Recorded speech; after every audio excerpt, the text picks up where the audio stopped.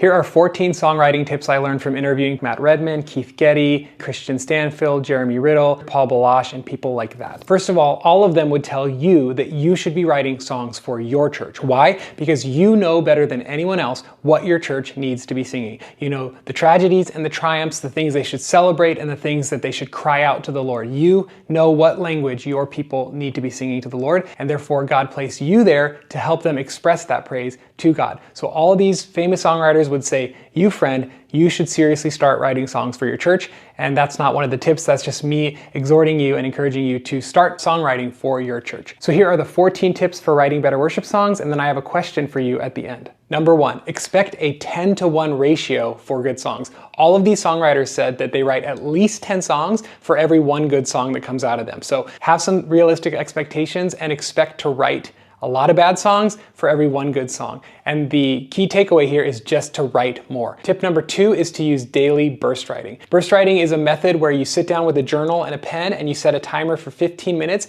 and you just uninterrupted let your thoughts flow and you write without editing. You don't try to write anything good, you just write what's on your heart, write what's in your mind, and try to get into a flow state. At the end of that 15-minute timer, you stop and you circle any interesting phrases, and maybe that's the beginning of a song. So if you ever feel stuck, try burst writing. Tip number 3, get the right people in the room. All of these songwriters said that they co-write constantly. Kristian Stanfill said he only finished one worship song by himself. Now, it's important to get the right people in the room. Different people bring different gifts and skill sets to the table. Someone might be a creative genius where they're just throwing out lots of bad ideas. The other person might be the editor where they're like, that's a bad idea, that's a good idea. There might be a lyricist and there might be someone who's great at melody, but you want the different people to bring different strengths to the room, and you want to know those people well, because great songs are birthed out of trusting relationships. All of the songwriters said you're going to have a lot of bad ideas before you have good ideas. And so you want to have psychological safety within your group. So make sure you really get to know the people that you're writing with so that there's trust. Songwriting tip number 4, write from a theme.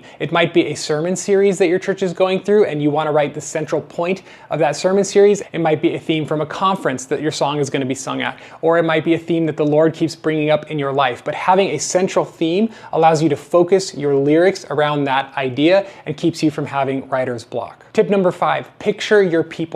Picture specific individuals from your church and ask the question, what do they need to sing right now? What do they need to say? What truths do they need to be reminded of? What's going on in their lives? What circumstances are they facing? Trials or tragedies or triumphs even? What words do you need to put on their lips? Tip number 6, include theologians. Because you're putting words on people's lips, you want to make sure those words are biblical and truthful. And so include your pastors, include your elders, include any theologically knowledgeable person into the process, whether they're in the room with you writing or you take the song to them after the fact. But make sure your people are singing truths and biblical truths at that. Tip number 8, fight for the right words. Never settle on a lame lyric. The difference between a good song and a great song is that someone kept fighting until the words were perfectly right. Brooke Ligerwood from Hillsong found the bridge for What a Beautiful Name after 7 or 8 months of trying different things. She didn't give up on the song, but she didn't settle for something that wasn't right. And that song would not be what it is today without that bridge. Do you agree? So if a lyric isn't clear or if it isn't good enough,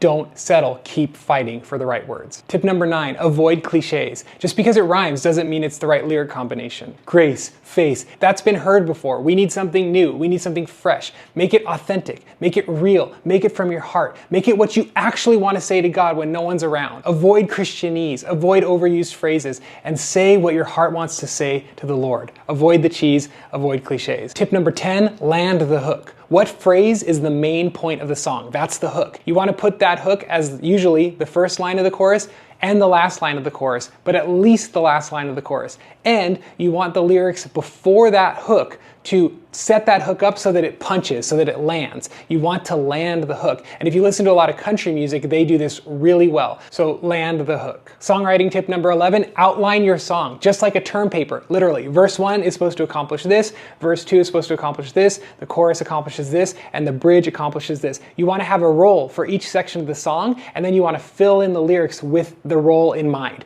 You want your song to be structured just like a term paper and tell a story and give each section of the song their own assignment. Try it. I think it'll help you have a more cohesive song. Tip number 12, record your entire songwriting session. Sometimes a lyric or a melody comes out by accident, and once you sing it, it's gone, you forgot it, you can't remember it, you get to the end and you're like, what was that one line? If you record the whole thing, you will never lose anything. So record the entire session, just set up your iPhone or your computer and just hit record, and that way you won't lose any of your accidental nuggets of gold. Tip number 13, use collaborative tools. Anytime I've sat in a professional songwriting session, all the pros have a shared Google Doc open on their device. So that keeps the lyrics and the ideas in front of everyone at all times, and somebody's lyric that they added here shows up here, and now this person has an idea and adds it, and this person sees it, and it's all happening collaboratively, simultaneously. So use Google Docs or a shared Apple Note file or whatever, but keep it in front of everybody's eyeballs. Tip number 14, expect bad before you get to the good. I love this phrase.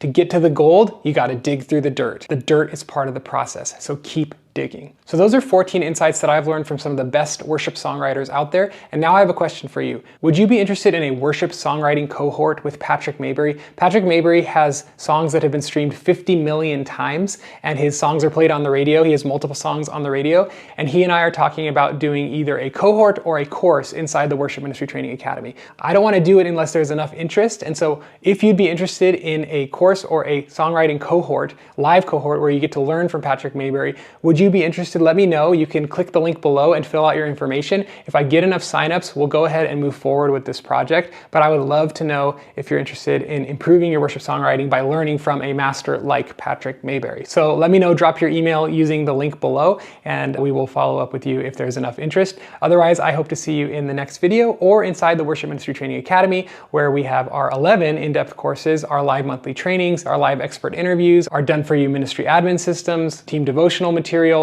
team discipleship material, plus a supportive community of over 1,400 worship leaders from all over the globe who are taking their craft and calling seriously. Hope to see you inside the Academy. It's free to try for 15 days. You can go to worshipministrytraining.com, and hopefully I'll see you inside the Academy. Otherwise, I'll see you in the next video. God bless.